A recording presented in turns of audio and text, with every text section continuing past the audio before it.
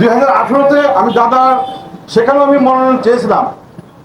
তারপর মনোনয়ন না পাওয়ার পর দাদা আমাকে বললো, দাদার সাথে এসে প্রতিটা জায়গায় ঘুরে বেড়েছি। এখানে ডিবির ওসি ছিল মনির, তিনি আমাকে তখন সাবেক মন্ত্রী এবং উপজেলা চেয়ারম্যান আমাকে গ্রেফতার করার জন্য চেষ্টা করেছে। দীর্ঘদিন পর আমি পার্টি অফিসে আসলাম, প্রায় মনে হয় 18 নির্বাচনের পরে। 18 জাতীয় নির্বাচনে আমি সক্রিয় ভূমিকা রেখেছিলাম। দাদা সেই নির্বাচনে অংশগ্রহণ করেছিলেন।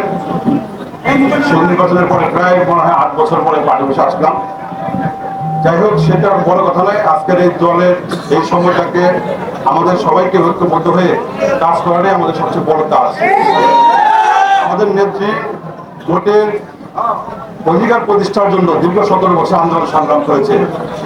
আজকের এই যে উৎসব পরিবেশটা শুরু হয়েছে, এটার জন্য কিন্তু বেগম খালেদা জিয়ার অবদান সবচেয়ে বেশি, তার পরিবারের অবদান। আজকে তাকে হয়তো ঋণ শোধ করতে পারবো না, কিন্তু ভোটের মাধ্যমে আমরা ঋণ শোধ করতে পারবো, তাই না? তার আদর্শকে ধারণ করতে পারবো, তার উদ্দেশ্যকে বাঁচিয়ে রাখতে পারবো। আজকে ধানের শীষের জন্য সবাই আমরা ঐক্যবদ্ধ, সারা বাংলাদেশ ঐক্যবদ্ধ। যারা তারেক রহমানের নেতৃত্বে, যারা তারেক রহমান দিন রাত পরিশ্রম করে যাচ্ছেন, সকাল থেকে মাঝরাত পর্যন্ত তিনি পরিশ্রম করে যাচ্ছেন। আর আমাদের শ্রদ্ধেয় বয়সী চন্দ্র রায়, উনি আমাদের অভিভাবক, পিতৃতুল্য, আমাদের সকলেই আমাদের ব্যক্তিত্ব। হয়তো রাজনীতিতে মত পার্থক্য থাকতে পারে, আমি আপনার কর্মী, আপনার সন্তান তুল্য। আমিও নমিনেশন চেয়েছিলাম। নমিনেশন চাওয়ার কিন্তু অপরাধ না, এটা কিন্তু গণতান্ত্রিক একটা নীতি। আমি সেই অধিকারটা হয়তো চেয়েছিলাম, কিন্তু একদিনের জন্য, একটি ক্ষণের জন্য আমার মুখ থেকে কখনো দাদার ব্যাপারে অন্য কোনো মন্তব্য আসেনি। আমি সবসময় তাকে সম্মান করি। আমানুল্লাহ আমান, তাকেও আমি অত্যন্ত সম্মান করি।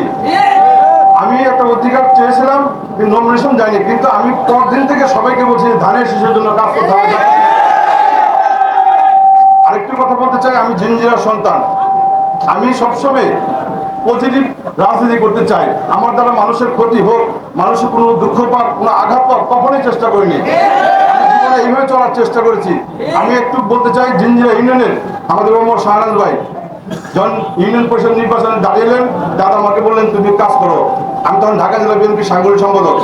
তখন আমি ওমর শাহনাজ ভাইয়ের সাথে প্রতিটাই গ্রামে গ্রামে যাই ঘুরছি, আমি তার জন্য কাজ করেছি। তখন কিন্তু ওয়ারেস চেয়ারম্যানের সাথে আমার খুব ভালো সম্পর্ক ছিল, আপনারা অনেকে জানেন। ওয়ারেস চেয়ারম্যান আমাকে অনেকবার বলছে, আমি বলছি না, আমার গ্রাম, উনি আমার গ্রামের বড় ভাই, আর দাদা বলছে যে আমার এটা কর্তব্য। আমাদের মজুমদার আলী বাবু 2010-এ উপজেলা ইলেকশন করেন, তখন নাজিম চেয়ারম্যান সাহেব, উনি উপজেলা চেয়ারম্যান। আমাদের সুলতান নাসির আমাদের নেতা, ওনাকে আমরা খুব পছন্দ করি।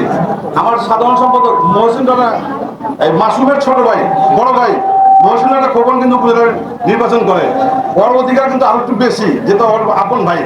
আমি সবকিছু বাদ দিয়ে, আমি জিঞ্জিরার মানুষ যখন আমাকে বললো যে মহিউদ্দিন আলী বাবুর জন্য তুমি কাজ করো, আমি জিঞ্জিরার ঐক্য ধরে রাখার জন্য কিন্তু মহিউদ্দিন আলী বাবুর সাথে কিন্তু প্রতিটা জায়গায় আমি ঘুরছি না। আমি উপজেলার চেয়ারম্যানে প্রতিদ্বন্দ্বী করার চেষ্টা করেছি, সেখানেও চেষ্টা করেছি, কিন্তু আমাদের শ্রদ্ধেয় নাজিম ভাই, যাদেরকে দেখে আমরা রাজনীতি করেছি, অধ্যাপক মহিউদ্দিন আহমেদ, তাদেরকে দেখে আমরা বুলবুল চৌধুরী সাহেব, আজকে তারা নাই, এই সমস্ত লোক। তিনি, আমি নমিনেশন দেওয়া হয়নি, পরবর্তীতে যখন তার বাসায় যে আমি কিন্তু কান্না করে তার নমিনেশন পেপারটা জমা দিয়ে আসলাম, এবং পরদিন থেকে তার জন্য কাজ করেছি।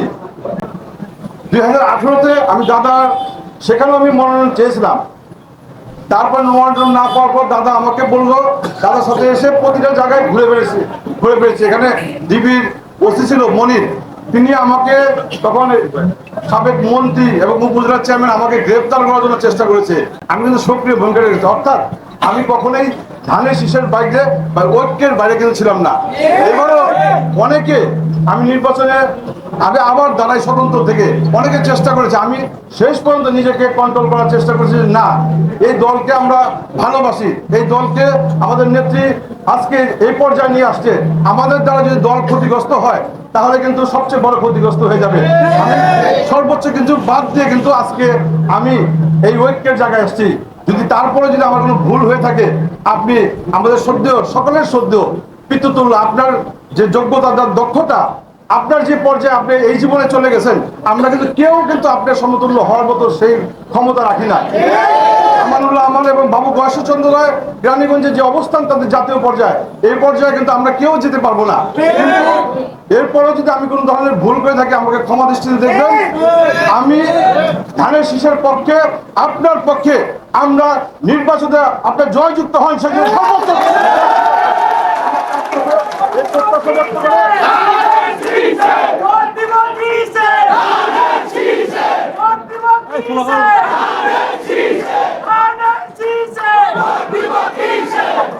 আরেকটা কথা শুধু একটু বলি, এটা অন্যভাবে নেবেন না। আমাদের সাধারণ সম্পাদক অত্যন্ত বলিষ্ঠ ভূমিকা রেখেছেন নিপুণ রায় চৌধুরী, আমার বাসায় গিয়েছিলেন, তার সাথে দীর্ঘক্ষণ আমার আলোচনা হয়েছে।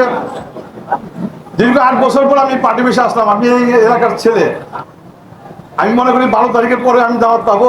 আপনারা আমাকে দাওয়াত দেবেন, কোথাও ডাকবেন, সেই ডাকে আমিও আপনাদের সাড়া দেবো। কিন্তু ডাক দেওয়ার অভ্যাসটা যদি ভুলে গেলে কিন্তু আমি হয়তো কষ্ট পাবো, আমি কিছু বলবো না। তারপরে ডাক দেওয়ার চেষ্টা করবো।